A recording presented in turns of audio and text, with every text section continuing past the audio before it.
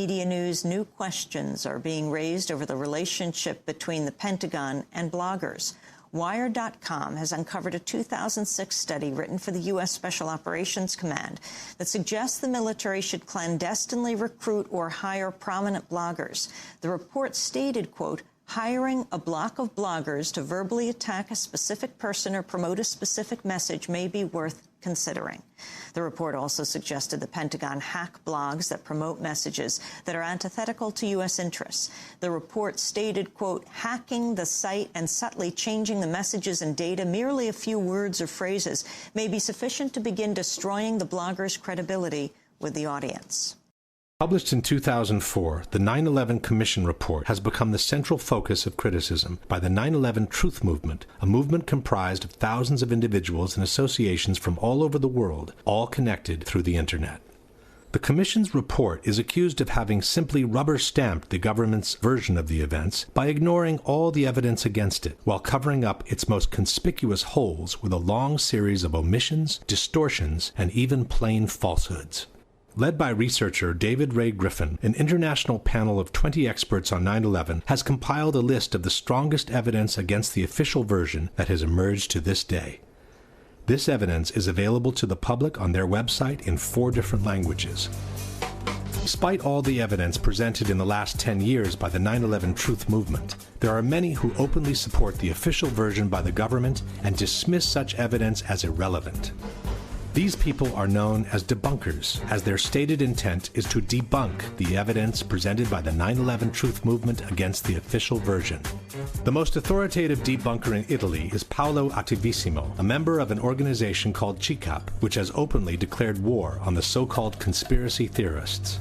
Attivissimo has held numerous conferences on 9/11 in which he has covered all the most important aspects of the debate.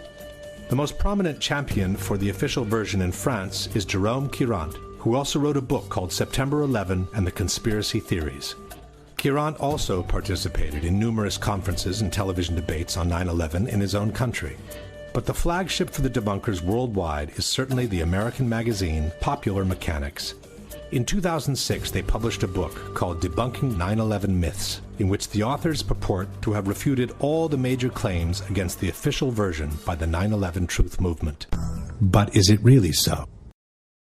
The other organization to bear weight on the debate has been Architects and Engineers for 9/11 Truth, an association of professionals in civil construction founded in 2006 by San Francisco architect Richard Gage. Architects and Engineers lists over 2,000 experts in structural engineering, science of materials, architectural design, fire protection, science of construction, metallurgy, and even experts in controlled demolitions.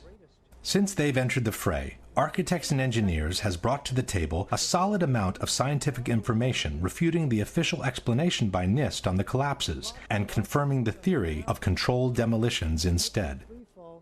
At the same time, Architects and Engineers has acted as an unrelenting watchdog for every action taken by NIST, pointing out every single error in their work, and even forcing them, in some cases, to make corrections to their reports. At this point, one may wonder what the response by the debunkers has been to all the scientific arguments presented by Architects and Engineers. There has been no response. All the debunkers have done is to either belittle this association of professionals or to ignore it altogether. Et pour les ingénieurs, quand vous regardez les ingénieurs qui ont signé, alors là, c'est hallucinant.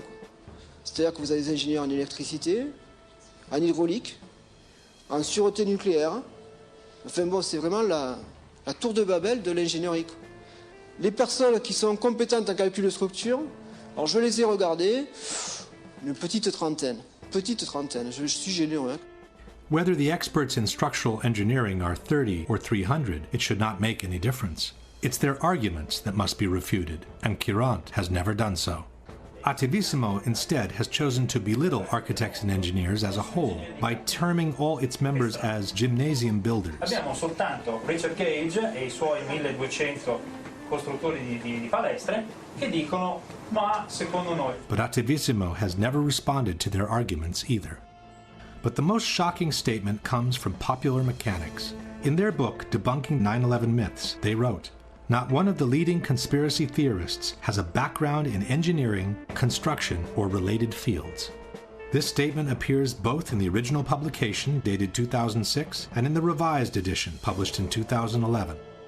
By then, architects and engineers had been active for almost 5 years, listed more than 1,300 experts in civil engineering, had made presentations in 20 different countries in the world, and had been invited on national television several times. Truth is that from the moment architects and engineers has entered the fray, not one of their scientific arguments disproving the official version and confirming the theory of controlled demolitions has been refuted in any way by the debunkers or by anyone else.